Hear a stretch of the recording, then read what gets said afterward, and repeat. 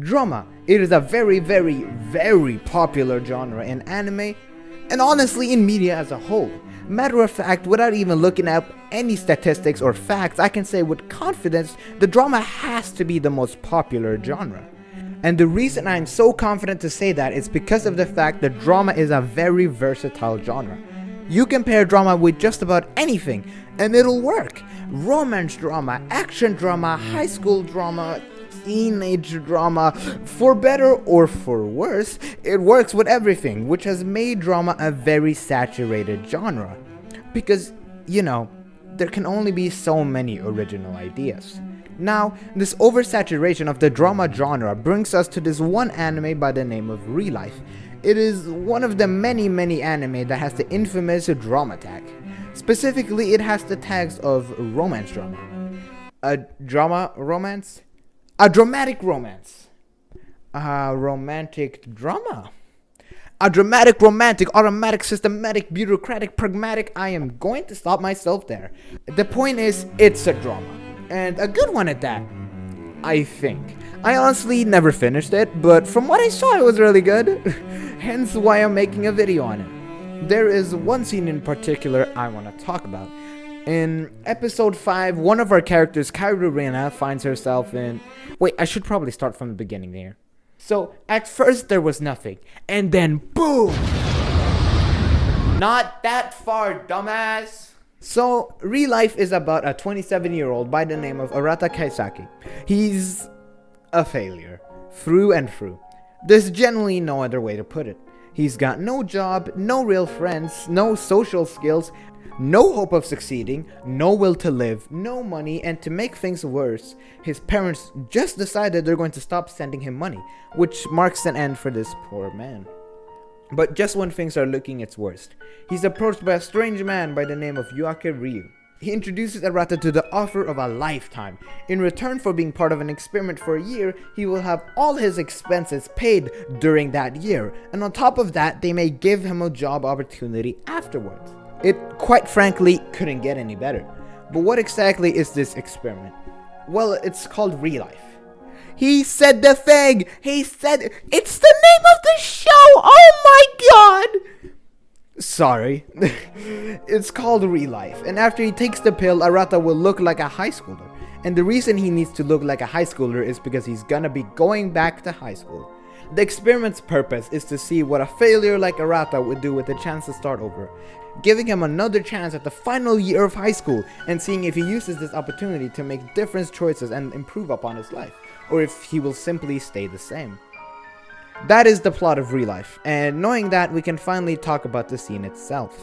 So one of our characters, Kairurina, finds herself in the nurse's office next to Arata, after they both fell down the stairs. They ended up falling down the stairs after Rena got careless, and while trying to rush away, she lost her balance and started falling. Luckily, Arata was next to her and ends up being able to catch her in time just to be pulled down with her. The reason they were in this situation to begin with is because Rena was being all petty, stealing another girl's bag. I don't know why I explained that backwards. This ain't Memento. Anyway, now you know why they're there. Arata is sitting in his bed, waiting for Rena to wake up, and he starts thinking, trying to figure out why Rena would steal someone's bag. He thinks back to a conversation he had with a coworker a while back. She had been the victim of sabotage within her company by her fellow coworkers. And why did they sabotage her work, you may ask? Well, they were jealous of her. They used to do friendly competing with each other, but as they saw this girl winning over them over and over again, their once friendly faces turned to bitter jealous ones that sought out to see her fall. If you can't make yourself better, you just have to make the people around you worse. That's the mindset they decided to follow. Thinking back to this, he realizes why Rena did what she did. He used information he had gathered throughout his adult life. He has an edge over Rena. He's lived longer. He's been through more than she has, which has given him more knowledge. Rena finally wakes up. He tries to get her to tell him why she took the bag. He wants to hear the truth out of her mouth, but she stays silent. She keeps silent until he asks her if she stole anything out of the bag. She speaks to clear her innocence. She speaks when there's innocence to clear.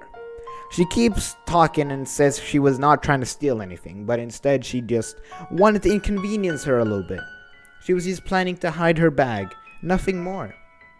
Why? As she admits to being jealous, Arata seizes time to drop his wisdom on her.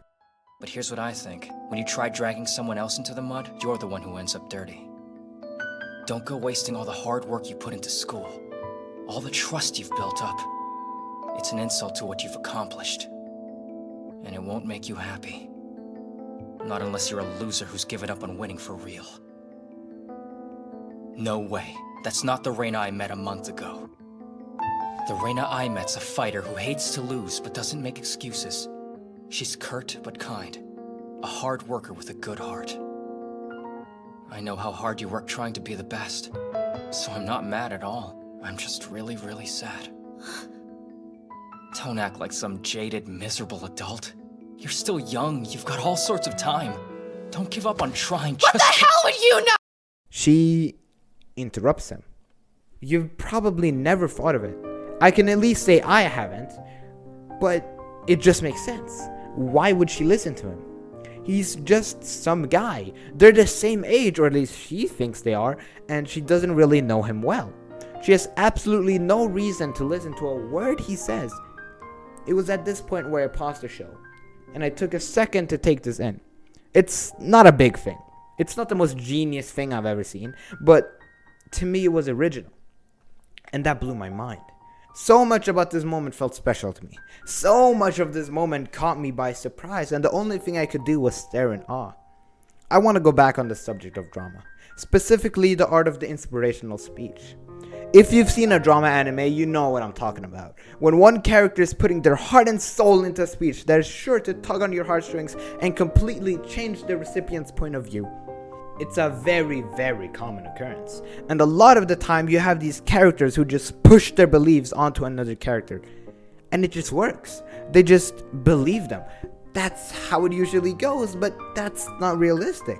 It doesn't matter what you say, how much sense you make, and how good you deliver your little speech. If the audience isn't going into the speech already expecting you to say something meaningful, why would they listen? If the recipient of the speech doesn't know you or trust you, your words will be nothing to them, especially when you're a high schooler. You think a high schooler is gonna let some other high schooler lecture her?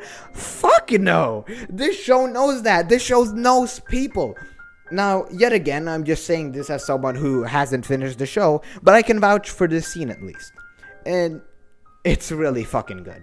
I mean, I made a whole video on it for fuck's sake. So, watch Real Life, I guess? Do tell me if it's good.